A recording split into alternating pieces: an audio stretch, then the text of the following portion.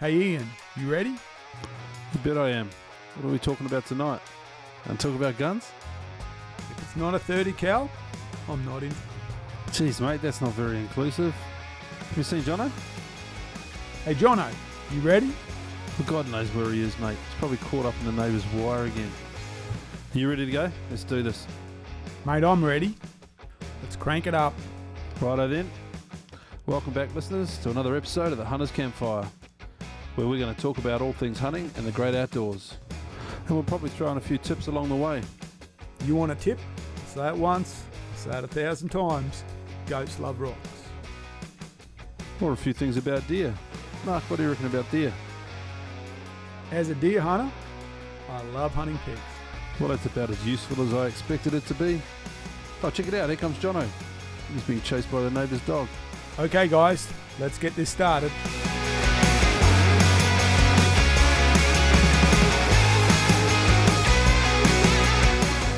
Welcome to the Hunter's Campfire. Pull up a chair, get comfortable. It's time for the Hunter's Campfire. Hancock, what? What? Okay, what? Hey, who? We're back. Good evening, gentlemen. How are we this evening? Hello, Jono. We're back. We are very well, thank you. We are. Very royal, isn't it? This evening? Roy. We are very well, thank you. Yeah. It's been a while. It seems like it. Yeah. Come out of the It groove. seems a little like bit. it. We have had a. Yeah. Well, that's right. We've had a few illnesses and we've had a few cancellations due to illness. I completely lost my voice for 3 days. It was the weirdest Too much thing. singing. So that cancelled one. And yeah, had a couple of guests that have been knocked out with flus and whatever. So we've been delayed. So you get to listen to the Here three we of us again. Here we are, back again. Here we are. Yeah. It's good. It's happening. It's good. Yeah. We're in December now, winding down to Christmas. And the good thing about Christmas is it's even closer to hunt camp. Doesn't it? And hunting season. Are you sort of like almost gearing up? Like you starting to think about it yet? Is that an after Christmas thing for you? No, I'm always thinking about the next hunt. Yeah, Well, I'm always thinking about it, but like I almost feel like I've just sort of snapped into prep mode. No, I haven't snapped into prep mode yet. For me, I'm getting into the fishing mode. I know we tried to do the Milan trip and it just didn't happen, but it sounds like they didn't have a good trip. But there's Christmas holidays coming, the weather's looking good. I'm keen to get the boat out. So I think I'll be doing a little bit of fishing, and then January we'll begin planning for hunt season 2025. Yes. I can't Well, wait. no, I'm into it. I am. Yeah, So I've been up there twice now. I've already brought back the cameras, memory cards once. Anything on the cameras? So some really interesting stuff. One is not a lot of deer, but that's not unusual for that block. But the second thing is when I knocked that red back in, actually I know this because I'm making a video about it, on the 27th of March, I put a camera on the carcass and I've got some amazing footage of a few days later, wild dogs turning up on the carcass, all at night too. So thermal rifle, gentlemen. Anyway, and then so that they took about nearly a week to turn up.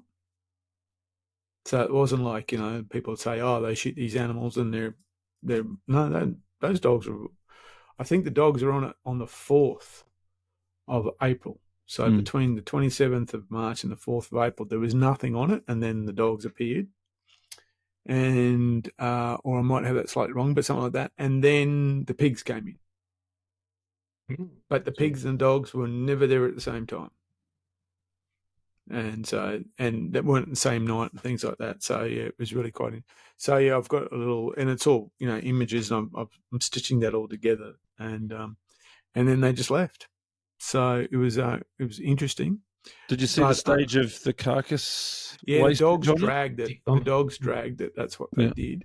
So it was like really in the center of the center of the shot, and then it got pulled over. But the rib, you can see in some shots the rib cage just off. It's still in frame, but they dragged it.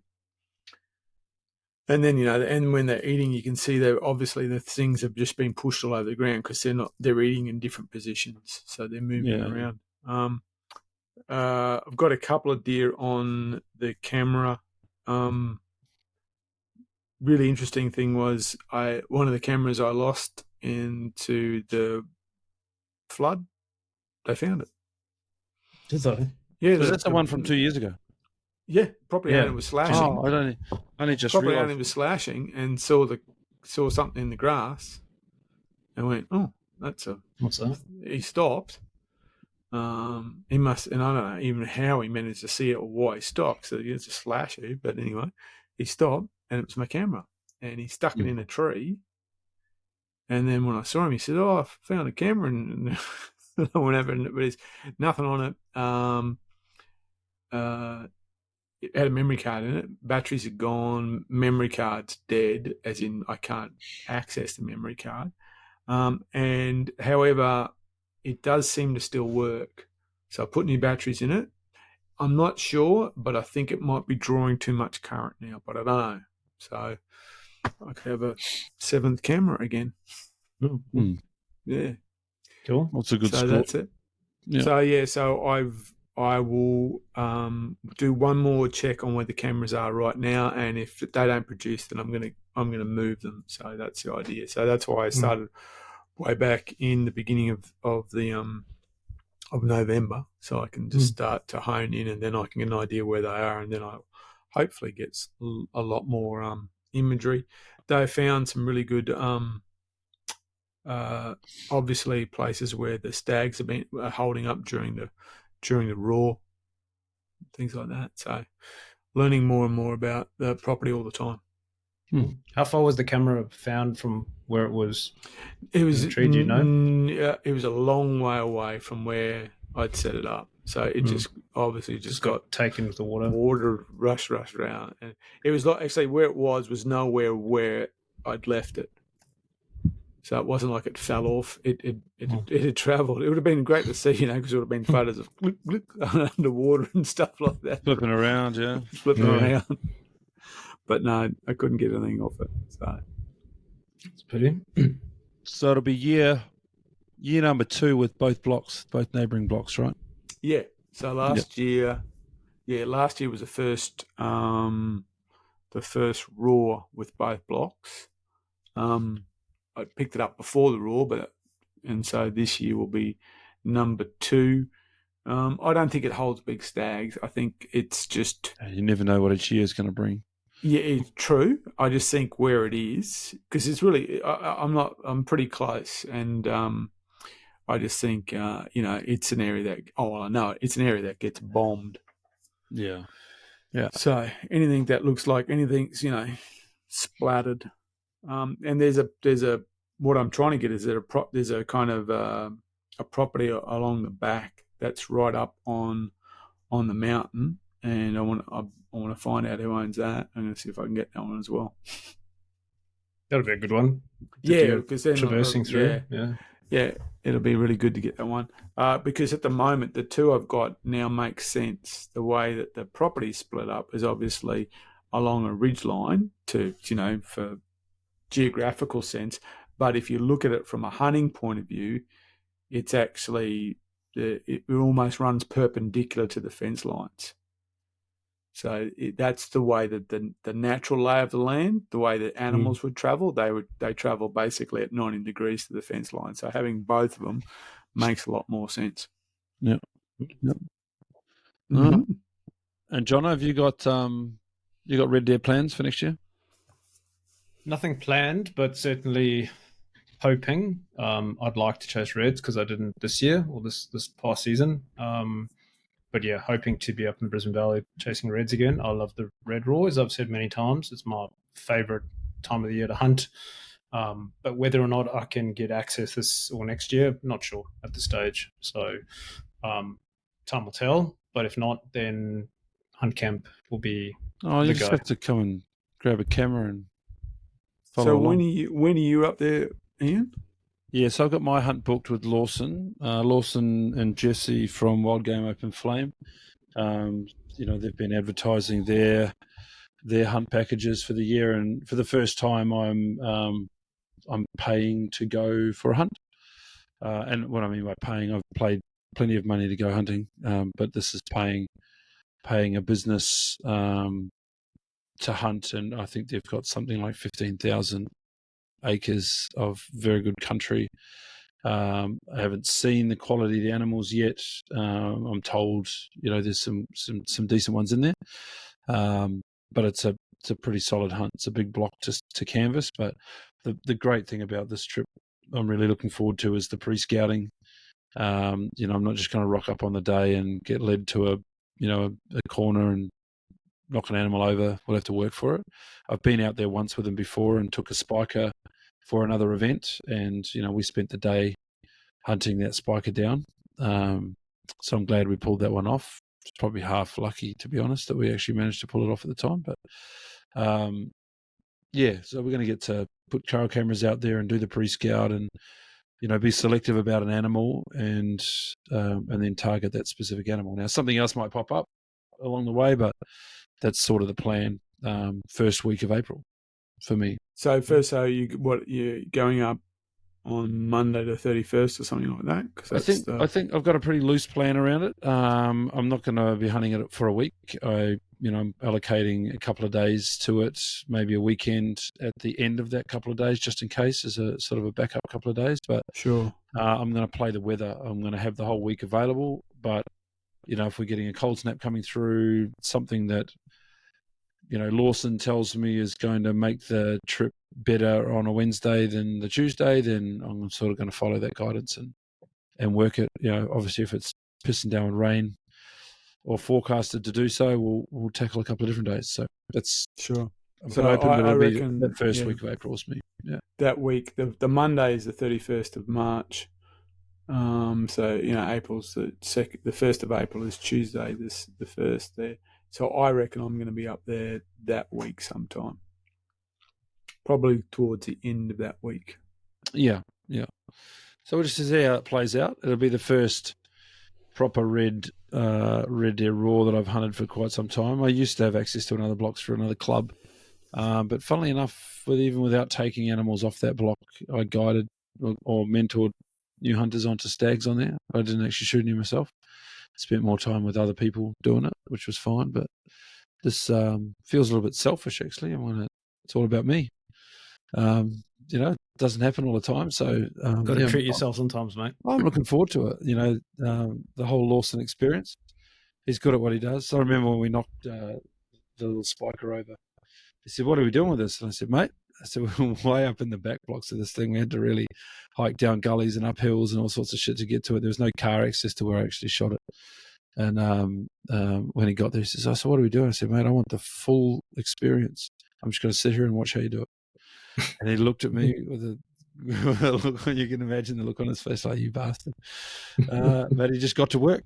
And I let him off the hook, so I was only kidding.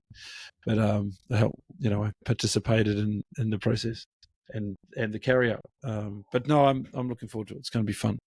I just realised the week after that is when school holidays start. So yeah, got to think about that. I got to think about that because the block the family comes up, so I don't hunt school holidays. I see. Yeah.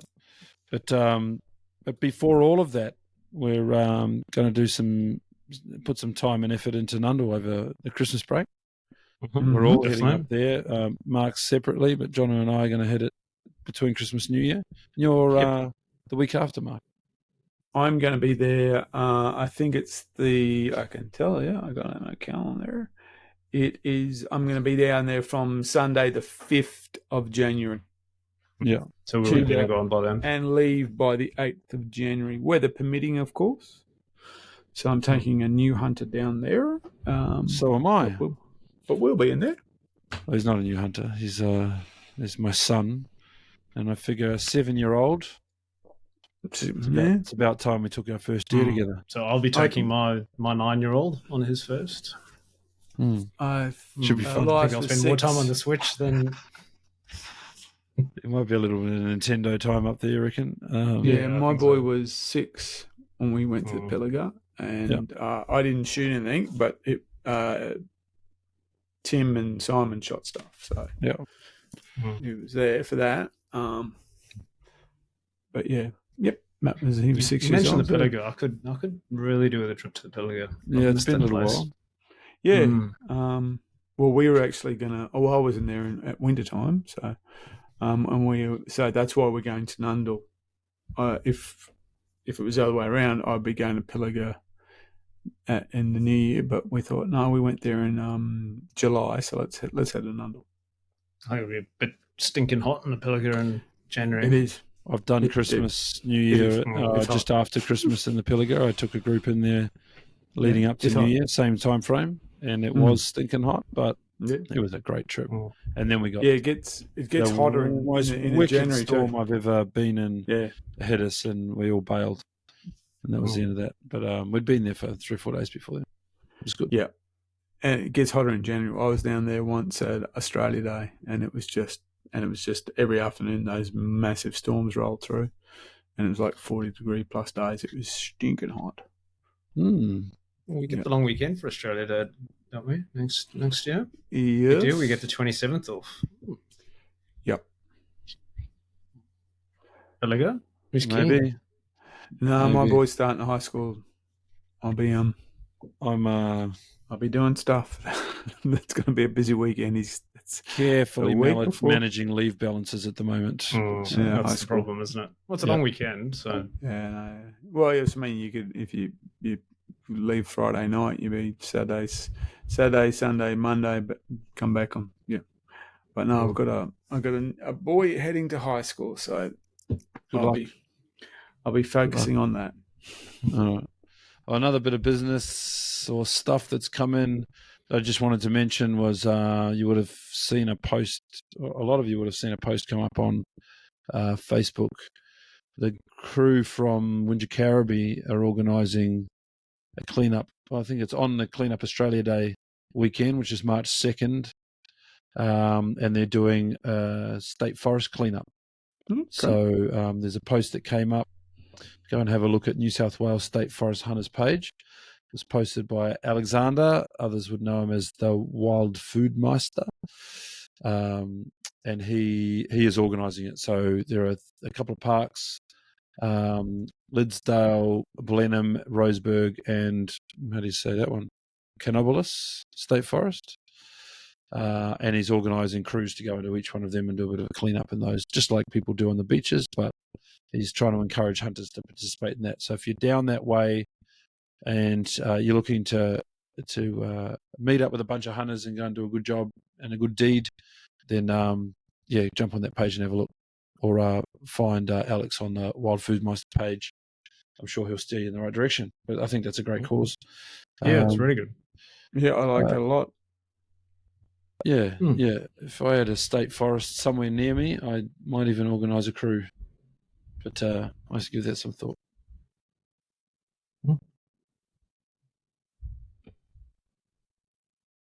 Don't hurt my head. Don't like that hat anymore. Don't like the knob. So that's that one. My head. The other thing I was going to mention is I had a spontaneous purchase during the last fortnight, which I am very, very happy about. What have you got?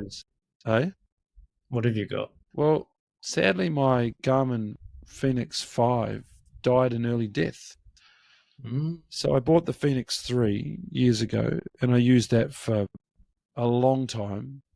And then I convinced myself I needed an upgrade, so I bought the 5. And I've had the 5 for nearly 5 years, funnily enough. And it died.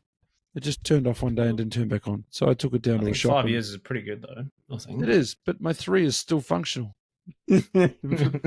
So, if I'm measuring the two against each other, the 5... that's crappy. A lot. So my son now wears the 3, and he loves wearing a watch the same as Dad. It's about the same size as his arm. Did you get the 7, did you? So I bought the 7X Pro Solar Titanium Sapphire. Nice. It's pretty. Anyway. What's the battery like? So I'm on day 14. I've done 2-hour GPS activities every single day, if not longer, and I've still got 11 days of battery. Yeah, because it charges. It's the solar one. So it is freaking amazing how much battery this thing has. And it has heaps of cool features. I like the Garmin specifically. Well, it's a great adventurer's watch. I bought the first one because I wanted the altitude stuff for when we were going and doing New Zealand trips. I wanted the storm alerts, which have been really, really good. So I sort of sold on the Garmin at that point.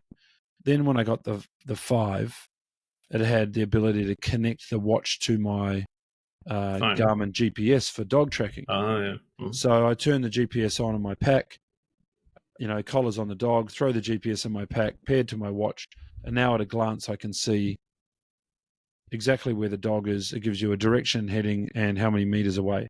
Now, she's an indicator. She doesn't usually go more than 20 meters away from you, but in the long bracken fern and stuff, you lose the dog. You're like, what the hell's the dog? I don't have to go looking. I just look at my watch and know that she's over there 3 or 4 meters, 5, 10 meters. And it also tells you when she's on point, because the collar registers that she's on point, or she's treed an animal, which is more of a US-based thing. But it tells me when she's on point, and that vibrates on my wrist, and I can see it on my watch, which is cool. I like the technology; it's good. Unfortunately, that died. The next version that I went up, so I missed the 6. I've gone to the 7 Pro. I have the 6. You have the 6, right? So the 8 is out, but normally when the version comes out, the one before that is half price. Mm-hmm. So the tight ass in me said, I'm not getting the latest. I'm going to get the one back from that. And the step change is huge. Oh, really? Absolutely huge. Just in the quality of the display, the capability of it. It connects to almost 3 times the amount of satellites as the other one. So its pinpoint accuracy is a lot better. It holds the altitude calibration way better than the other one did. The other one worked fine, but every time, like if I went to a new location, I'd recalibrate, just make sure it was right. This thing is just holding perfectly. Barometers, all of that sort of stuff works really well. They've updated the componentry on the back that does your heart ECG. It's got ECG in it. If that's the thing for you, that's cool. But they've replaced that. That's now glass instead of plastic, so it doesn't get damaged like the old ones. The other ones, they wore and they sort of cracked a little bit on the base. Just the plastic outer cracked. Didn't do any damage to the watch. Didn't change the waterproofing, but it just wore over time like plastic does. Now it's glass. So and they've got mine's plastic. Yeah, it's plastic. So that one's glass. And it's got almost twice the sensors as the other one. So it's doing a lot better job of picking up your heartbeat and doing that sort of stuff. But the thing that I really loved, and not the reason I bought it because I found this afterwards, is that it now recognizes hunting as a thing. So it's not just fishing and hunting. There's a hunt app that it has. And the hunt app, the hunt app has a few different faces on it. So when you go, I'm going to go hunting, push start. So it now starts the breadcrumb trail on the map. The map also has overlay data from the bomb, so it shows you the rain clouds on your map. Just like when you go to the weather map on the bomb, that's now overlaid on your watch. So you can see where the weather is coming from, etc. The Hunt app brings the dog onto the map. So you don't have to go to a different application to look at the dog. It's now incorporated in the Hunt app. So I can see where she is all the time, which is a really cool feature for me. So I've now got maps, breadcrumb trails for me and the dog. It's got a wind overlay. So I'm just going to turn Hunt on for a second, see if I can show you. So it based on the wind direction, it gives you a bird's eye view of you, the person, and the wind flow direction. Can't see it, buddy. I can't anyway. Don't worry. Too much reflection. Too much reflection, yeah. How's that? Too much glare. No, can't see it. No. So basically what it does, in the middle of the watch, it shows your head, top down, and then it shows the wind flow in whatever direction it's flowing. You might think, you don't need that. You should be able to feel the wind, but wind can be subtle, and it is telling you exactly where the wind and the thermal currents are going in a visual format, which is pretty cool. The last thing on it that I really liked was you could load your ballistics profile on it, your dope card. So if you know you're shooting a Seiko 150 grain super hammerhead, then you load that profile on there, and on your watch, you tap a button, you put the range in, and it brings in all of the barometric pressure data, brings in all of the other information that the watch has in its sensor base, and it gives you your holdover points, which I think is pretty cool. That is pretty cool. Good backup. We had an incident with my scope during the year. Excuse me. The electronic component of it didn't work properly, so I had to go back and rely on traditional methods, but I wasn't prepared for that. I won't make that mistake again, but now the watch has all of the ballistics data inbuilt into it, and it's just sitting there on your watch in case you need it. I just think that's awesome. So that's go Garmin. Cool. They've caught up with hunters. It's good. Yeah, I mean, I've got the 6 and I love it. I still need to look at that hunt app. I don't know if I can get it on my 6. I'm not sure. Yeah, I think you probably can. Yeah, I'll give it a try. But I like it. So anyway, I absolutely love my watch. I got mine as a Christmas present a few years ago, and absolutely love it. Yep. I use it every day. I go to the gym. I track all my gym workouts. All gets logged. Whenever I go hunting, I use the Hark one at the moment. Yep. For the breadcrumb trail. Get that right? And so I can see where I've been. I can overlay that onto Google Maps. And I can record all that data. So I use that for my hunts. I use it for my gym workouts. Yeah, I love mine. I think it's a great tool. Yeah, I think so too. So I'm pretty happy with that. The watch died. I had to upgrade. Don't tell my wife, but I rang Garmin and they're going to fix it for not much. So, oops. No. Yeah, I certainly. If this one died, I would replace it with another Garmin. As nice as the Apple Watches are, the battery life is just, I couldn't deal with that. No. I've got friends that are charging them every day, and my wife's got one, and every day she's got to charge it. Yeah, I'm sitting here with a like I said, a watch that I've had running for 2 weeks, and I've got I think it says 11 days left on it. Yeah, I mean, I charge mine. Yeah, probably every 10 days, which for me I think is pretty good. I use it pretty much. I use a setting on it every day, at least. So I think 10 days for me is pretty good. But yeah, with the solar ones, the fact that they recharge themselves is really good. Yeah, all they need now is the what is the Seiko, the kinetics where they charge on movement. That would be even better. Oh, that's a good idea. Yeah, but I mean, far out, near on a month for the battery is what we'll get.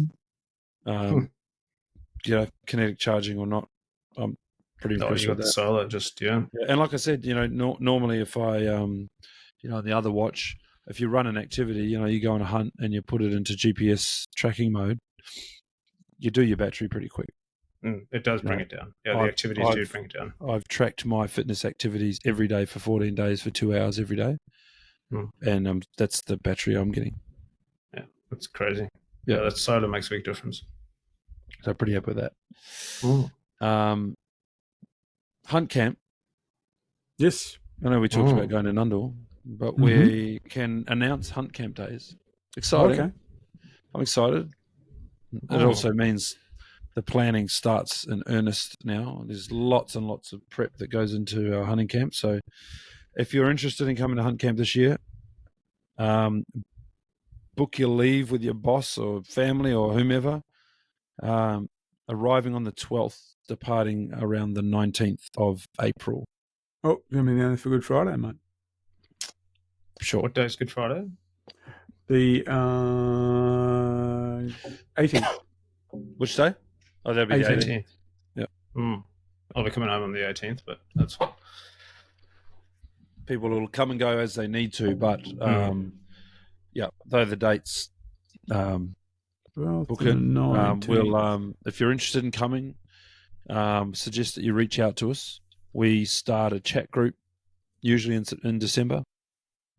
We bring everyone that wants to participate in Hunt Camp into that chat group, and then we help you through the booking process, the dates that you need to start booking, the process, any tricks we can give you to help you be successful in booking, and it gives us an idea of numbers as well. So if you don't connect with us, we don't know you're coming, that's fine. We also offer a few things along the way. So if you know anything about our Hunt Camp, we don't charge you to attend. If you want to attend, you book on the R License website, you get your booking, you come along. Absolutely fine. What we do though is we offer a prize pack, if you like, or the ability for you to enter into a prize pack. And the years gone by, we've had binoculars, we've given away Zolios, we've given away clothing, caps, we've given away knives sets, safari sticks, slings, all sorts of things. So this year will be no different. I've already put an order in for some of the merch that's coming. Cool stuff. Yeah. So there's some cool stuff on the list. I can mention knives, and I can mention Spartan bipods, and I can mention. No, I won't mention anymore. That's enough. That'll whet your appetite for starters. Yeah, that'll be enough. That's some pretty cool stuff coming. That is pretty cool. Yeah. Yeah, and I've got an idea of.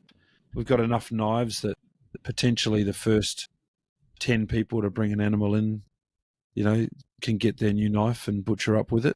So that'll be pretty cool. And it's a reasonable quality one at that. So you'll enjoy that experience. And we usually charge a fee for you to enter that competition. That fee comes with the trip shirt that we usually get printed. And if you want to, this year will be slightly different. Last year we dished out the Frank, which was the blaze orange cap. This year I'm going to do something a little bit different. If my partners in crime over here agree with me, because I'm making it up as I go, and that is that you will get the ability to apply a certain amount of money to some merch on our website. So instead of you getting a $35 cap, you can take that $35, buy the cap of your choice, which we have 4 to choose from, or the shirt of your choice, which we have That's what he meant. 4 to choose from. That's what I mean. So you'll be able gift card. Yeah. You'll get a gift card to our web shop, and you can pick and choose what you want beforehand, and I will bring the order down. So yeah, some fun stuff that. Yeah, that's it. That makes a lot of sense. I'm glad you think so. Good. That makes a lot of sense. We don't have to debate about it too hard. What else are you going to get from Hunt Camp? Last year, the guys will tell you that, like other years, people come from get a new dog. We won't raise that. Get a new dog. They're not my dogs to talk about. Get bogged, yeah. Get bogged. Make sure you got to get out of the mud. We're going to find a spot that offers less drainage and more mud this year, just to make it more interesting. I'm not coming in. Fuck that. We'll find a drier ground. Maybe we'll see how we go. That's part of our scouting trip in December. Yes, but we will. Hunters of all abilities are welcome to come. Everyone's very helpful. It's not just us. There are people that know what they're doing, and they buddy up with people that don't. Last year we took the punters on a walk to show them sign, and we managed to find all sorts of things for them, from bedding areas to rubs to scrapes to shit on the ground, all of that sort of stuff within a little walk from camp. So we take people on a bit of an excursion so that they can see what we look for, and then based on what you see on the day, we'll help you target and take that animal. And last year was great. We had 13 deer come into camp. It was a really good number. Everyone got to participate and stuff. So it's an excellent experience for people, if I do say so myself, but not just because of us, but because of the people that come along. So make yourselves known. Don't be strangers. Get on the list. Let us help you get there is the message. And you'll see some stuff come up on the socials about it. And over the Christmas break, you'll see This is Hunt Camp video that I'm putting together at the moment to whet your appetite about what happened last year. Purposely didn't release a video about Hunt Camp. Been saving it for the off season just to keep everyone entertained and interested. So that's on its way. Plus, there's the dessert competition. Don't forget that one. Well, and there's rumors of a home brew competition. Yes, Homebrew. we had conversations of the homebrew, and that can be beer, that can be budding mead makers at the moment. Mead makers, What happened to your mead?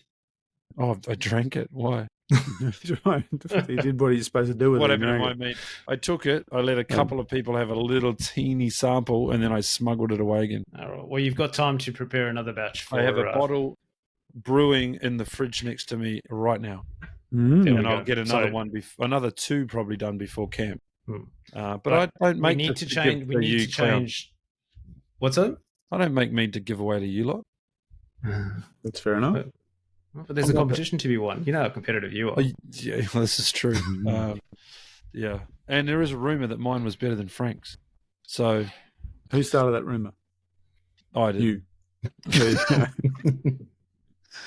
But yes, this year there was the next year, next hunt camp, there will be the dessert competition. We're not going to sample all the desserts in the same night. No, and that will be rostered. That was a disaster. So that was an absolute disaster. We had like 6 desserts on one night. It was food coma night in one go. Yeah, and just nuts. A few people might have ended up with diabetes on that trip, but yes, there's going to be the dessert competition. It will be rostered. I think we have 2 entries a night or 3 entries a night to get every night of the week. And if you don't enter, if you put up your hand to enter and you don't produce a dessert, you forfeit. And so if 2 people go in and one person forfeits, the other person's going to win that night. But yes, there will be a homebrew as well. So if you're a budding homebrewer, it can be a beer, it can be a cider, it can be a mead, it can be a whiskey, whatever you brew at home, bring it along. We're going to be having competition on that as well. It's going to be bloody fun. I love hunt camp. It's too much fun. It's just such a good thing to look forward to. So, yep, get involved. Anything else we want to cover about hunt camp? Nope. Right, not that I can think of. Talk about the magazine. Oh, okay, sure, guys. For those who get the SSAA Australian Shooter, there is a review by yours truly of the Sauer 505. If you're looking at the review, you might notice that there's someone else taking shot with the rifle other than me. One of the problems with reviewing rifles all the time is it does get a little tired. It's kind of repetitive. So this time around, and what I've been doing for the last couple of rifle reviews, is people who are standing around asking questions. I say, "Do you want to have a go?" And they generally say yes. You take their photo. Take some photos of them. Last time it was a range officer. So if you're ever at the range and you'll see me there, I'm there a lot at Belmont. I'm either reviewing a rifle or doing some other kind of test. So come along, say hello, and if you want to have a go, ask. And you probably end up in the magazine.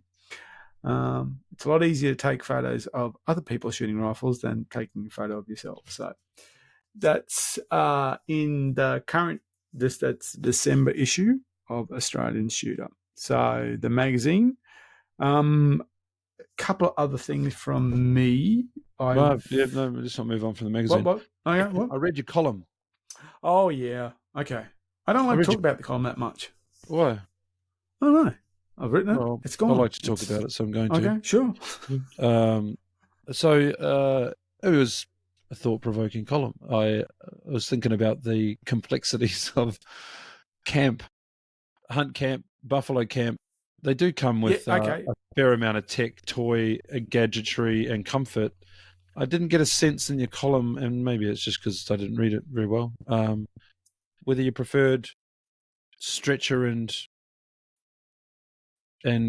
hide over the comfort of camp, because you talked about both options, really, didn't you? Well, no. So to give it some structure for those listening and who haven't read it. There's probably about 5 or 6 books I generally come back to, and one of those books is the Meditations by Marcus Aurelius, who, if you remember Gladiator, he's the old one who dies in the beginning. The old emperor that dies, that Joaquin Phoenix murders, that's Marcus Aurelius, okay? And he wrote a book. He wrote a thing. It wasn't really a book. It's his meditation, so it's his thoughts. And if you're interested in any kind of stoicism or stoics, which seems to be a pretty popular thing at the moment, that's the kind of book of origin. And so it's just full of like observations and quotes. And one of his observations is it's about the joys of for us in so many words, the joys of camping. And he talks about the hide blanket and the stretcher bed. And so you should, and the idea is you should enjoy doing things that are a little bit tough. And that was the premise of my December, I suppose, philosophical rant or ravings. Not really a rant, musings. Yeah, and how your about son the joy of camping, starting to get into, it's about the joy of not the joy of camping, the joy of the camp. And I speak about from an early age how my camps were quite primitive, and then I mentioned the latest buffalo camp, which was probably a pinnacle of logistics in terms of what we were able to achieve, and the fact that my eldest boy most definitely is following in the same footsteps. We were speaking a little bit about Nundle before. No, not Nundle, Pilliga before, and we were in the Pilliga together in July. And one night he said he wants his own tent. He wants to sleep in his own tent. And I went, fantastic. And of course, then he went to bed, and Darcy and Graham and I discussed, after they said, he wants a tent because you guys, you fart too much and you're stinking him out and things like, typical ribbing, or snoring or something like that. We spoke about what kind of tent and things like that. So it's about the joy of the camp and the fact that my son seems to be following in the footsteps of that. So that's what that one's about. It's cool, isn't it? So Marcus Aurelius wouldn't agree with the electric blankets, would he? That we take? Probably not. He would probably say that you're he's kind of probably saying the you're Eddy and the refrigeration. You're probably saying you're blurring the concepts here a little bit. Don't know. I quite like my electric blanket. Well, that's right. You don't have to be a stoic. You don't have to follow it if you do what you like. But that's kind of the point of it's not like you just take every luxurious item with you and drop it in the scrub. Well, not all of them, but not all of them. Hot water blanket, a good electric blanket, or kitchens and coffee. When it comes to electric blankets, I do favour on the side of Marcus Aurelius. I just can't bring myself to. Then again, I don't have an electric blanket at house, so why would I have one when I go camping? Well, neither do I. I only have one for hunting. I only have one for hunting. It just makes no sense to me. But anyway, it makes perfect sense to me. Crawling into a beautiful, warm sleeping bag rather than Well, wouldn't you take an espresso machine and an induction cooktop and? Well, that's it. I think that's where we digress. Well, how was the meme that pops up from time to time? Camping, how to spend a small fortune on living like a peasant. I'd rather spend a small fortune and live like a king.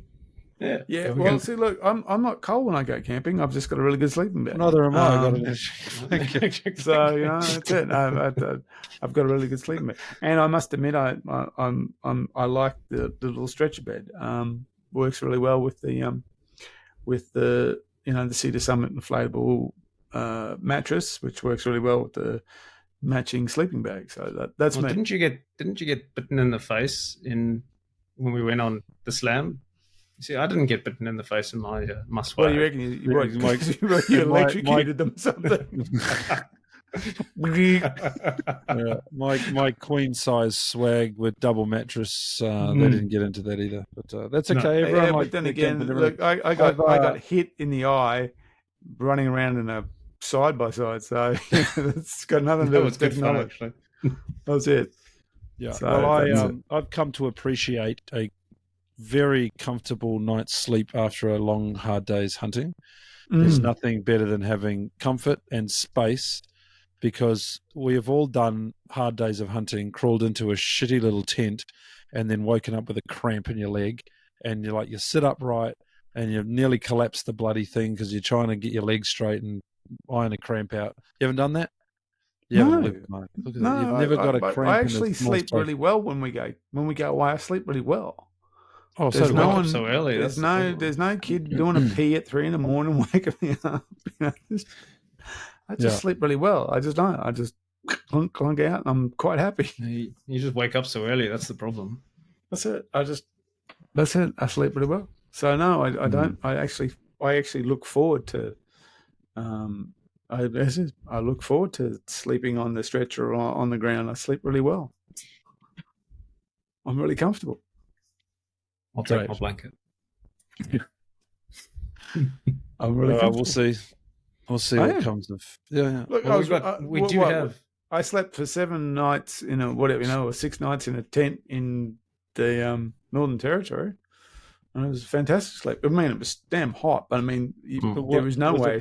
Was it better than Territory trip number 2 in the much bigger tent? Yeah, well, it was much better in a bigger tent because it just had space in it. Actually, no, it was a better tent for that. In that tent was Wasn't your other tent a Kuyu tent? No, the other tent is a really good hike tent. It's not a Kuyu tent, but it's a really good hike tent. But what the one I took this time is one of those dark tents. And that was really good because it was just pitch black made a better product than a Kuyu for a second there. Yeah, well, you wouldn't want to hike with it, but it's that pitch black tent, and so it was really good to sleep in. Yeah. No, it's not canvas. Wasn't canvas? Cordura? No, it's some kind of synthetic, that they make. But they call it the blackout tents, and it is. It's black inside, and it actually makes them a bit cooler as well. So yeah. Yeah, that was the only issue with my swag. It was pretty warm, but it was comfortable. I didn't get attacked by bugs, and when we pulled over in the middle of nowhere on the way after 20 hours of straight driving, I could just throw it out and stick it out. Actually, if I remember correctly, you did not have that much. When we pulled over the way back, there was some issue with you and your swag. I don't remember what it was, but I think there was some issue. Whereas I just slept on the front seat of the car and out. There was 2 people in the front seat of the car. I said I would lay out on the back seat of the car of the U, and it was like, yeah, that's not going to work. So I got my swag out. So it was, and I had like 3 hours sleep, and then we carried on. That's right. I'm looking forward to the road trip in September. It's going to be great. Yeah, somehow. I am actually as well. I'd say that was the biggest concern I had was the drive, and I loved it. It was it was cool. And obviously the hunt was just now we know. And I mean, interesting. It had good features along the way. Interesting things to break it up a little bit. It was good. I loved it. It was fun. Yeah, well, we drove past that wetlands on the way back that we didn't see, on the way up. That was amazing. Oh, the ones that we stopped at. Yeah, holy moly, look at that. Yeah, there's this massive wetlands. That's interesting. I saw a post. I don't know where it was on. Maybe it was on Facebook anyway, and it was the Barclay Homestead, and they had a ladies get together at the Barclays Homestead, and all the station farmers' wives and all that sort of thing came into the Barclay Homestead, and there were people flying in and all that. But that was just a central hub. It was just this oasis in the middle of nowhere. Great food and good vibe. It was just it was a good spot. I love that Barclay Homestead. Would have been good to stay a night there and just had a few ales. Yeah. Rather than just one and hit the road. Maybe next time we push through to Barclay Homestead and camp there. Doable.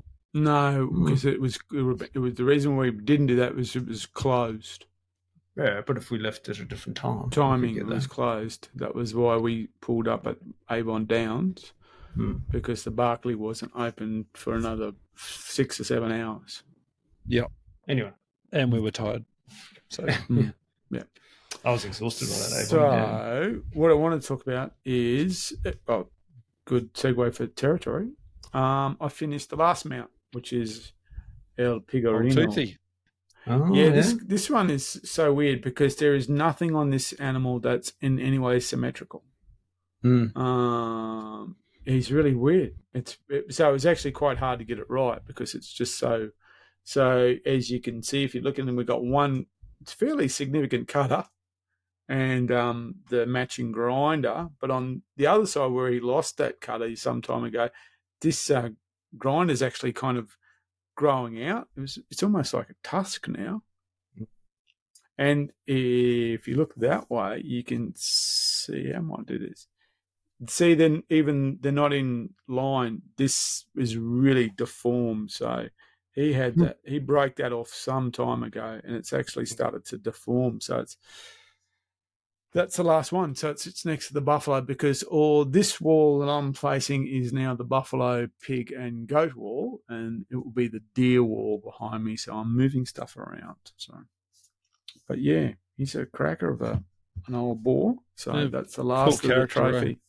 Right? It is. It's really that's the last. That was good fun. That one. That was a good hunt.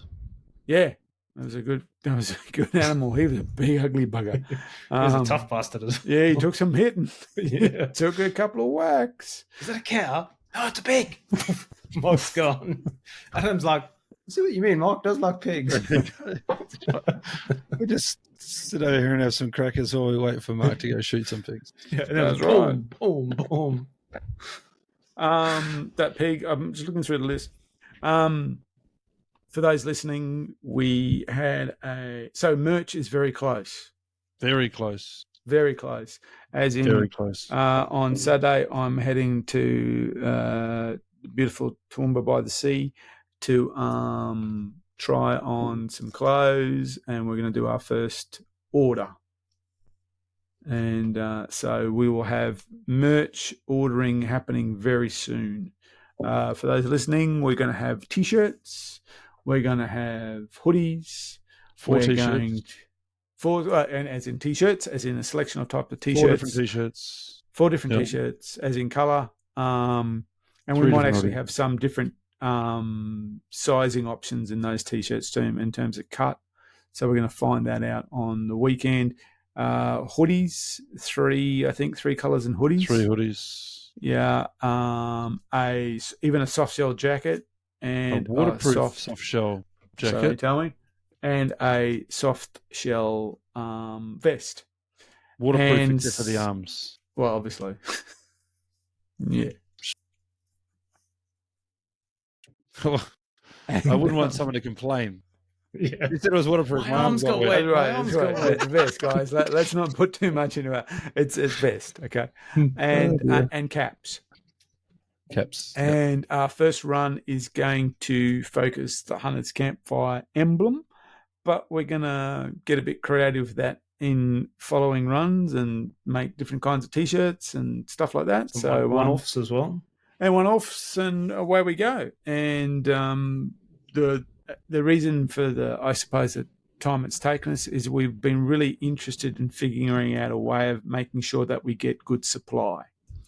So that's been big part of the equation here, and we think we've cracked that. So supply of a product that we can touch and feel and choose, and not just pick up a website and have no real. That's it. That's the whole thing. We know the quality as well. We know the quality. We get. That's why we're going to possibly have 2 cuts. So it suit. You can say, "Oh, I want that kind of cut. I want that kind of cut." It's local. And there's a supply chain, so hopefully we won't ever have issues about not in stock and things like that. So that's going to be our approach. So that's happening very soon. So as I said, on Saturday we'll probably finalise it, and then we'll be into it. And I suppose we're going to have to model these things. Yes, done the have a photo shoot. Yeah. So we'll have as much of it up on the website for you to see as possible. To start with, there'll be mock-ups, just so we can get them up on the page, so you'll be able to see the colour with a mock-up image of the brand and what the picture what the shirt looks like front and back. And then as we get the first order through, we'll put them on some models and get some real pictures. Yeah, that's us. Yeah, that's right. That's us. You'll see. That's right. That's us. Sorry about that. And then we'll get real photos put up as well. So keep it on the website. www.thehunterscampfire.net is where you'll find us, and you'll find a merch page which you can go and have a look at. So go buy some stuff. You should be able to thinking for good enough, just knowing how these guys work. I'm hoping to have some imagery up in the next, well, I'm going to say a week after this launches, because this will take a week to get out. So a couple of weeks from now, which means that you might be able to get an order in for Christmas. Go tell your wives, come to this website, buy some stuff. I might sell them a scope while they're there. Yeah. Okay. So the merch moves into a very interesting area, which we've all spoken about. And if you were watching a couple of weeks ago when we were speaking to Ian Head, you may have noticed the African one, World Safari Expeditions. Yes. World Safari Expeditions. You may have noticed something, and what you may have noticed is Ian had just come back from Thailand, and let's be honest, he looked a bit different. And I actually thought that he had either Bali belly or Thai tummy. The Mega Mag experience. That's right, or he had a return of the Mega Man. And for those who know that, Ian experimented, I suppose, quite holistically and experimented with magnesium while he was away in hunting in up in the territory. So I didn't know if he maybe had a Mega Man recurrence. He, looked thinner in the face. And the other thing too, which people probably wouldn't have picked up on, is he was wearing a jacket. Now, the reason that was really interesting was he said that that jacket didn't fit him, and then he's wearing this jacket that did fit him. And I went, "Hey, did you buy another bloody jacket and not tell us about it?" But it was the same. Yeah. It was the same jacket. So all this kind of mysterious innuendo, I fronted him. I said, "What's going on?" And he told me. And I reckon we need to have a chat about that. So we're going to put you on the spot. We want to tell us either what's happening. Yeah. So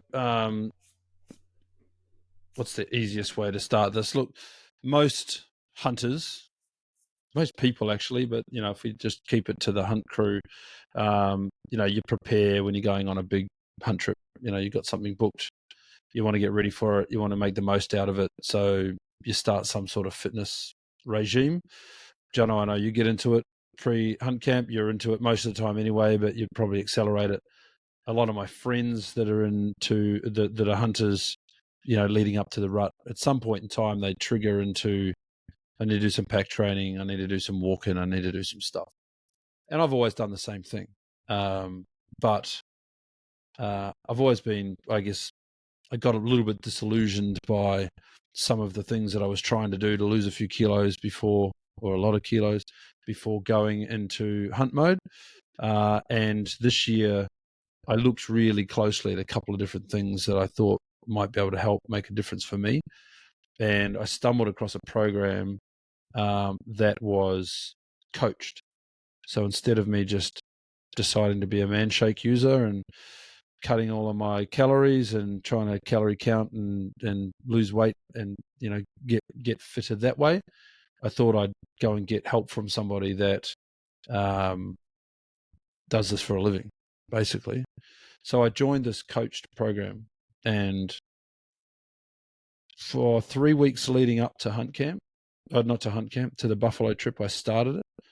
And by the time I got to the territory, I'd already lost 10 kilos, which over 3 weeks was a massive amount. Now, everybody knows that when you start some sort of health program, you lose a lot of weight early. And it happens on a lot of these sorts of things. But once you sort of then plateau out, you stall a bit, and then losing weight becomes a bit more difficult. So this program was quite different. They had a really good structure. They had some accountabilities. I checked in with them every day. They helped me through various different things that I was going to. But at the end of the day, it became a really good program for me to drop a bunch of weight and get ready for hunting. And I wanted to focus on that for me so that next time we go back to the territory, it's easier.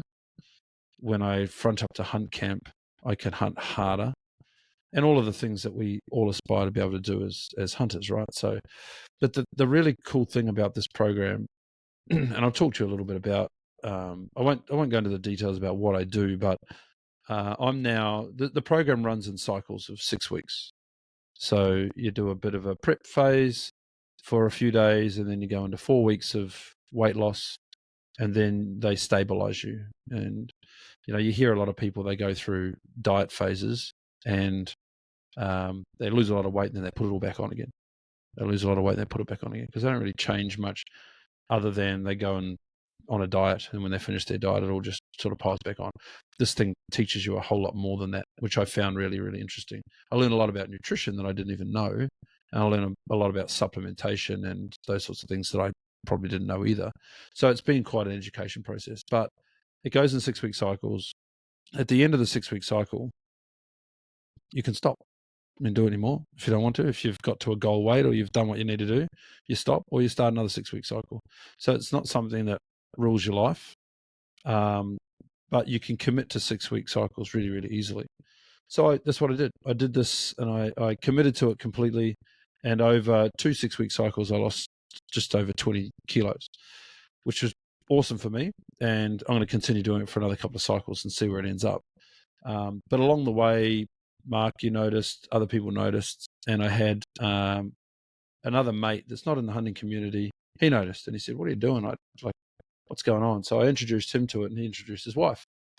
And it was quite interesting bringing a friend into it because I kind of felt like it was going to be good. I'll have a running mate. I'll have someone that I can check in on, and we can sort of be a bit competitive against it.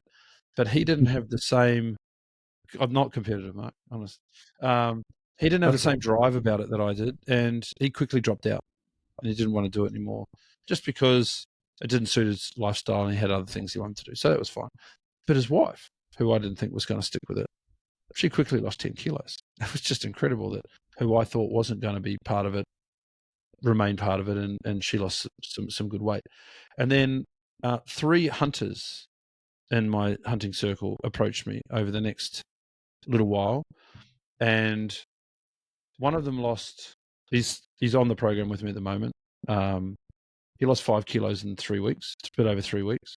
The next one lost 9 kilos in 5 weeks, and the next one lost 16.5 kilos in 5 weeks. And that sounds really unsustainable. You think about what you've heard before in weight loss. You want to do it slowly, and you need to be able to hold it off and all those sorts of things. So it seems like enormous numbers, and it is, but it really works. So I got really curious about it, and I spoke to the coach, and I said, could we do something around the hunting community with this?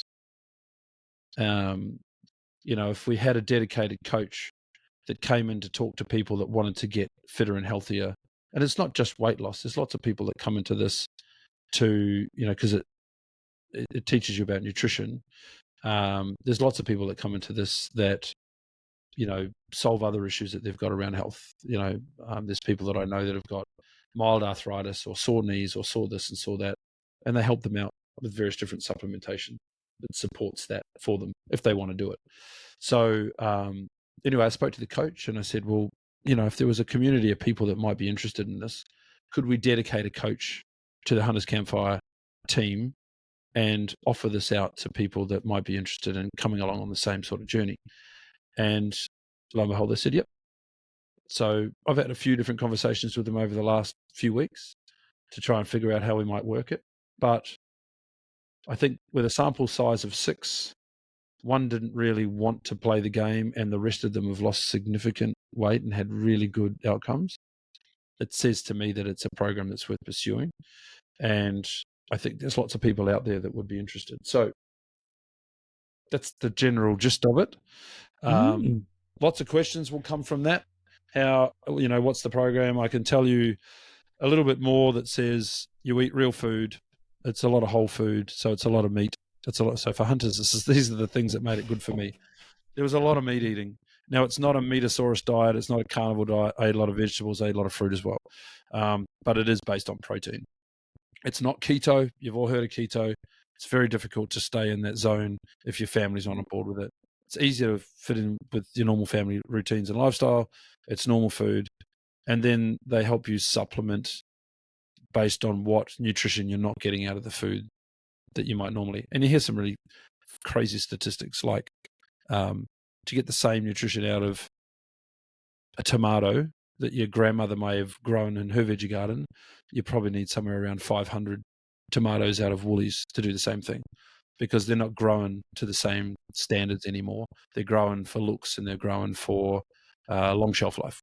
All right, so you're buying something that looks good, and you're just not getting the same stuff out of it. So if you think you're eating healthy, you're probably not, and that's unfortunate. So they help you with supplements, and if you want to buy them, you can, and if you don't want to, that's totally fine as well. But this is just the process they take you through in education. So decent amount of meat, and which is great for me because that's what I like, and walking. So it's all low impact. They don't send you to the gym. They don't make you do resistance training. They don't force you to do anything crazy, but they ask you to walk, and they give you some walking goals. Get up a little bit earlier, go for a walk. And that's pretty much what I'm doing. I get up every morning and I go for a good long walk. I talk to some of these other hunters that are on it about what they're doing and what's going on in their day. I catch up with them. And, by the time I've spoken to 3 hunters on a walk, my time's up and I go about my normal day. So that's as hard as it is. And it works really well. And there's reasons for it that you learn. Yeah. That walking. So so you're talking to the guys while you're in the morning. Yeah, so it's it's a coached program. We have a proper coach. It's not. It's not. So it's not. How's that like a Teams meeting or something like while you're on the move? It's Zoom. Type thing? It's Zoom. Oh, Zoom. Yep, Zoom meeting. So in my world, I know it's crazy. Zoom? I know. Right. Zoom. In my like weekly routine, every day I go for a walk. It's good. We should be doing something like that anyway. They give you a goal around walking, how much you should do, and you can add a stretch goal. So for me, to be a good hunter, you've got to have good legs.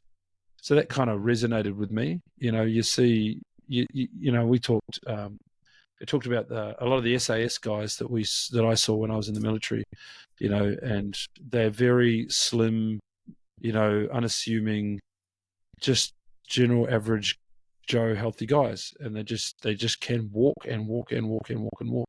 And hunters need to do the same thing. You need to be able to carry your pack load, but lots of walking is what you need. So this program for me was conditioning for walking, which was great. And when I got to the territory after doing it for 3 weeks, I was just used to walking reasonably long distances every morning. So that effort wasn't as difficult as it was the previous year, because I was used to it. 3 times a week, they run a Zoom meeting that you can jump in on, and there's a subject of the day that they talk about, and you either participate or you listen, or you don't come at all. But every day that I'm walking, I ring these other guys that have come on board. That's just because I like chatting to them, not because I have to do it. But that's the sort of support you get through the process. It's a bit of a chit chat and a mentoring thing, and it just gives you a bit of camaraderie around it, and you're not just doing it by yourself. And all the examples they give you, like often you'll see some program and there'll be some pin-up boy on there who's, lost an incredible amount of weight or got incredibly fit or whatever. 5 years ago, none of that happens here. This is the only people you talk to are the people that are on the program at the time, or the people that have had success in recent months. So it's all people here now that are doing it, which is, had an appeal for me anyway, that it didn't have this, over-exaggerated expectation. It's cool. It's really positive. Yeah, it is. Well done. Look, it's obviously working for you, that's for sure. And I we don't drop anyone's names, but we know who else is involved, and if they're having that kind of success too, that's pretty fantastic. Absolutely. Yeah. I mean, anything we can do to promote healthier people is a good thing. And to that point, like I said, I spoke to the coaches I want to put a package together. You just want to make it in a competition, don't you? That's what you I kind of do. That's what it is. Yeah, it's dripping. It's dripping out of you that this is going to turn into a competition. No, I'm going to create. We're going to create a program that I have currently titled and haven't settled on, called HuntFit. So HuntFit will be something that you can subscribe to if you want to participate. If you want to get those sorts of results, you don't want to go to a gym class and you don't want to do it with other people, but you want to do it with a community of hunters that are got similar goals. That's what we're going to do. If you join the program, we'll probably throw HuntFit shirt, cap, merch at you for fun, just so you can be part of our little community. And I reckon at the end of that process, call it a year, call it whatever, we'll throw some incentives in there for people that, someone might get to come on one of our annual hunt trips, and we'll lean on some of our. Yeah, here we go. We'll make it even more of a competition. Like you see in the army, I'm choosing the fittest, craziest dude. He's coming. If you're that guy, it's going to be like in the army, where they got the headband and they got that kind of double-handled staff where they just beat each other, beat the shit out of each other. Who's going to come? Who wins boot camp? Yeah, no, there's no boot camp, but you do get to know each other pretty well. So. Yeah, well, it just means you're talking to. I know who you're talking to, but I didn't know you were talking to them. In the morning, walking around the farm. So yeah, which is actually really interesting, isn't it? I suppose there's no network like that in. I know that for a fact in other areas. We've often spoken about how hunting is almost so separate to most things, it just doesn't work. There's just no networks for it. When I think about, like, for instance, when we first started working with Zolio, they just didn't have anyone who hunted with their stuff, or they didn't have anyone on their ambassadors, which we are, who hunted. So I think I really like the fact that it's a hunting network. I think that's a fantastic idea, because you've got different kind of goals too, isn't it? You've got different kind of goals. We've got totally different goals, and look, everyone. You talk about orbits from time to time. The orbit of influence, or the people in your end. You have a social orbit, and you have a work orbit, and you have a family group orbit, and now I have this orbit, and I find where people cross from one to another, you create pretty strong friendships because you've got extra commonality. That's the Venn diagram, isn't it? That's the Venn diagram. It is. The hedgehog. God is the people who cross over most. A massive part of this is goal setting. Like, you don't just go, okay, this is what you eat today, and off you go. There's a whole process that you're taken through. There's goal setting involved with it, but you can set goals around family. You can set goals around personal health. You can do all of that with this, but there is another goal here, and John and I have talked about putting the ballot in for the Wapiti. We want to go to Fiordland and hunt the Wapiti ballot. 8 weeks ago, I wouldn't have. Like I said to Johnny the other day, I don't think I could have put in for that ballot, because if we'd won it, I'm not sure I could have handled it. But only like 8-9 weeks later, 22 kilos down, with an absolute focus on where I can be in another 6 weeks' time, I'm doing it, man. And I have the confidence that I can. So they're the goals that I'm setting, and there's going to be plenty of people that have got other goals. We've met lots of larger than life characters out there that would love to do this sort of stuff with the right people around them, and that's kind of the environment I want to create. So that's what we're doing. So you'll see that launch out sometime in the early new year. But if that subject is of interest, then reach out. I'm going to say this now. Jono is going to have a new email address organised called huntfit@thehunterscampfire.net. So huntfit. Yeah, well, that's right. thehunterscampfire.net. Or just ring me or message me or do whatever. Yeah, if you want an early sample of what this looks like and just participate in what we're doing, just give us a yell and I'll give you a bit more detail around it, and you can make a decision on what you want to do. But yeah, I think it'll be a fun little community. It doesn't need to be bigger than Ben-Hur. This is something that you should most definitely lead. That makes sense. That makes a lot of sense. Yeah. So all that Yeah. That's the goal. Should be fun. Well, I'll add a little bit of a incentive to that as well. Most There people, we go. most people won't know this. More incentive. But not an incentive, but I used to be incredibly overweight. Most people. I was going to say you used to be gay, but I thought that hadn't changed. So I'm sorry. I used to be incredibly overweight. And yes, I was 115, 120 kilos. And the incentive for me to lose weight was I had a goal, and that goal was I was going to hunt a specific animal. And that animal lived in the mountains. And the only way I knew I would have a successful hunt was for me to get fit and lose weight. And that was my goal. And I did it. I set myself a goal and I did it. And, that was, when would that have been? 2007, I think. And I've managed to, through, maintaining an exercise regime and watching what you eat. I'm not a health nut, but I exercise regularly. It's always because I have that goal in mind of I want to be able to do that next hunt. And we've spoken about Fiordland. We want to do that hunt, and I want to make the most out of that hunt. And I think losing weight, getting fit means that you're going to earn that hunt and really make the most out of it. So yeah. And to give you another idea about the incentive, one of the fellas that's joined me on this program, that's one of those hunters, we've set a goal, and if he hits the goal, he's coming to the territory to hunt buffalo with us next year. That's the kind of incentive I want to throw down in front of the group. So not everyone will get it. It'll be a one-off, each year. We can't take the world.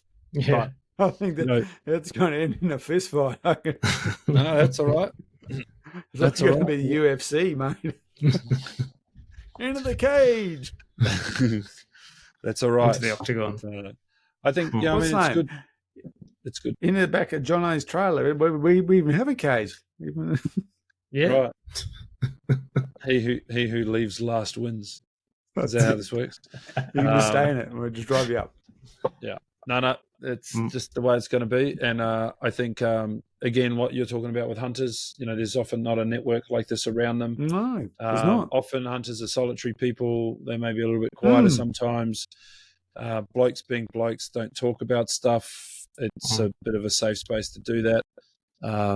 We won't get too soft on you, don't worry. It's just a good area to be able to talk about what you want to do and your goals and help you through it. So I think it's a fantastic idea. Talk to us about it. Join the crew. And I suppose since we're in the sharing caring mode, which we seem to have morphed into. I didn't have that down on the list, but we are. I myself have significantly changed a lot in terms of nutrition. I've always exercised, but nutrition's been a big thing. When Helena got sick, and to be honest, when Helena got cancer, that really threw everything into a great big loop, and we got through it. But it certainly made me. Nutrition is now a constant talking point in our house because of the things around sugar and glucose and the effects that they have, or what they have on your health, and more importantly, how their links to cancer. So it's something we're thinking about all the time. And I, being the elder statesman of this particular group, I have to think about. I think about these things all the time. I don't think about so much around fitness. I think about longevity. Yeah. I don't necessarily. Everyone would like to be fitter, but for me, I want to be in the game longer. Yeah. So this is about staying in the game. For me, it's about my approach is staying in the game longer. I want to be doing this for a significant period of time. So, and I know for a lot of people that's also the challenge. I've got mates who have got injuries that have gotten away, and so they slowed you right down. And in hindsight, if they were a bit fitter and a bit healthier at the time, they may have bounced back from those injuries, or certainly recovered more quickly. Yeah, so I think for what you're doing is not only for the immediate. I think it's something that'll keep you in the game much longer. Oh no, this is like I said, it's an education. It's something I didn't learn through my high school years or when I was growing up. What I thought I knew may not have quite been real. And when they give you some of the statistics and things to go and research and have a look at if you're interested, there's a whole bunch of audios and listening that you can go through if you have an appetite for them, just to sort of cement your thinking into why you're doing what you're doing. It's not just a take this magic pill and off you go. It's just like really simple things. Like I learned that omega-3, which is really, really important for your joints. And I've had bad knees. I've had operations on both knees from way back when I was a young fella in the military. I damaged them, and I've always had sore knees. I don't have sore knees anymore, and it's omega-3 that's fixed it. And that what I learned about omega-3 was that it has an expiry date of about 90 days. So we were always that family that had a big tub of omega-3, fish oil tablets in the cupboard. Kate would go and buy a bulk pack and sit over there. But as soon as you take the lid off, you've got 90 days. If that lasts any more than 90 days in your cupboard, it's gone off. Doesn't do anything. It's useless. They're little things I just did not know. So, you learn that stuff. You take a good quality supplement, and some of your little ailments disappear. And I really think now that with the right food and nutrition in your body, it heals and takes care of its own pretty well. So there's some of the things that I'm quite interested in. Yeah, I totally agree on that. This shoulder of mine, I was looking down the barrel of a fairly significant operation, and someone suggested I'd try a supplement, and it works. It's the easiest thing I can say. It works, and I've actually put more people onto it. It's a store-bought supplement, but it works. My shoulder doesn't hurt anymore, and I haven't got full range of movement. I don't think I'll ever get full range of movement because there is structurally something there, but I'm able to do 90% range of movement, and I'm able to do stuff without worrying about it. And that's through supplement. That's not they did the thing where they sucked as much cartilage out as they could. And then they said, okay, well, what's less has to come out underneath the knife. So I'm a big believer in the benefits of good supplements. I didn't know. It's medicine that they sell people that they can't call it medicine. But no, I'm certainly changed my tune on supplements, especially obviously the proper ones, or the ones that have some science behind them. But yeah. My shoulder works. To round that out, I laughed at our Northern Territory camp the day the boxes came out, the pill boxes came out. I'd never seen anything quite like it. I guess you move into a certain age in your life, and people, everyone's sitting around that evening, and instead of another tinny getting cracked, the old bloody supplement boxes came out. Who's taking what tablet today, and who's putting this in their body because they need to sort that out. And then the Mega Mag came out, and oh my god, it was hilarious. Well, that's I did. I made up my supplement before we left, and I just had one of them for breakfast every morning. That was it. Yeah. And and we did 15 plus day Ks every day. And everyone was we had no injuries. Everyone was. I mean, you had a bout of self-inflicted mega madness, but I had a moment with the tree. Yeah, that's it. Self-inflicted, but other than that, everyone, we all pulled through. We came through really well. Yeah, no, it was great. It was great, and I think you got to do it. I mean, that's as said. It's that not only the ability to recover, but you actually want to be able to do it in the first place. You want to actually be able to get it. I think. Yeah, to that point before, and have the confidence to make the decision to go. That's it. You want to feel, I can handle this, yeah. Have one crack at it. Might as well have a good crack at it, right? So, yeah. We'll be forced to be reckoned with come hunt camp. I'm going to hunt that place down like I never have before. Be good. But yeah, that's it. I won't talk any more about that other than to say, if that resonates with you, give us a yell. Happy to talk you through it. Join a little hunting community if you want to, and see what it does for you. It's pretty impressive. Get hunt fit. Hunt fit. That's it. That's not bad. I reckon there's a T-shirt in that, surely. Absolutely. We're going to figure out how to do that. We'll any graphic artists out there, give us a call. Oh, I'll get that sorted out. Don't worry about it. Piece of cake. Yeah, well, we could always use Fiverr and talk to some guy in Pakistan for $3.50. Anything else, fellas? I don't know. As I said, I do want to have. I think we might carry it over though. I want to have a chat about the perennial issue around fair chase and spirit of the hunt and ethics, in particular to thermals. I think it's an old chestnut, but it seems to whatever the particular focus of it is it changes, but it's always the same conversation, and that's what I find really interesting about it. I mean, not too long ago, trail cameras were unfair, bad things, etc. Now most people would honestly, everyone we know is going, okay, I'm going to put trail cameras up to get data, So if things move, and I'd like to have a chat about that next time. So tune in next week. Yeah, tune in. Yeah, for ethics and thermals. Yeah, well, I think the big part of that is we've really got to define what we mean by ethics. I think that's part of the confusion in a way. We tend to mix all these things in together. And my view is the most important. And what is a hunter? Well, and all of that. Look, not personally my view, but you know what I mean. No, I think that's a really good point. And one of the things that kind of, strange enough, what kind of tricked this conversation was not so much about the subject matter, but how the conversation is occurring. I was watching this thing, Stephen Fry, the comedian, commentator, and so on and so. Yep.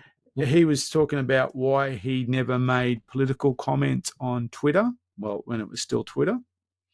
And he said, I've got 12 million followers, and it's not my place to influence 12 million people about something that I think about. Oh, you should tell Taylor Swift that. Well, that's what I think. I thought that was a really interesting thing to say, like saying, well, yeah, I've got an opinion, but I realize that if I share my opinion, I'm sharing it to 12 million people, and that's kind of has an influence. And that's a really interesting thing to talk about as well, because and I jokingly joke about it, but the fact that is that if we don't realize it or not, we have influence. So I think we need to be mindful of that influence. I posted a picture of a bloody toolbox from Bunnings, and you guys went mad. I got one. Did you went mad? So I think that's all part of what I have a chat about. That'll be a good discussion. Yeah. So tune in next time. Tune in next week. Tune in next week. Yeah. Same bat time. Same bat channel. Same bat place. Okay, gents. Cool. Thanks, gents. Thank you very much. Good night. See ya. See you later.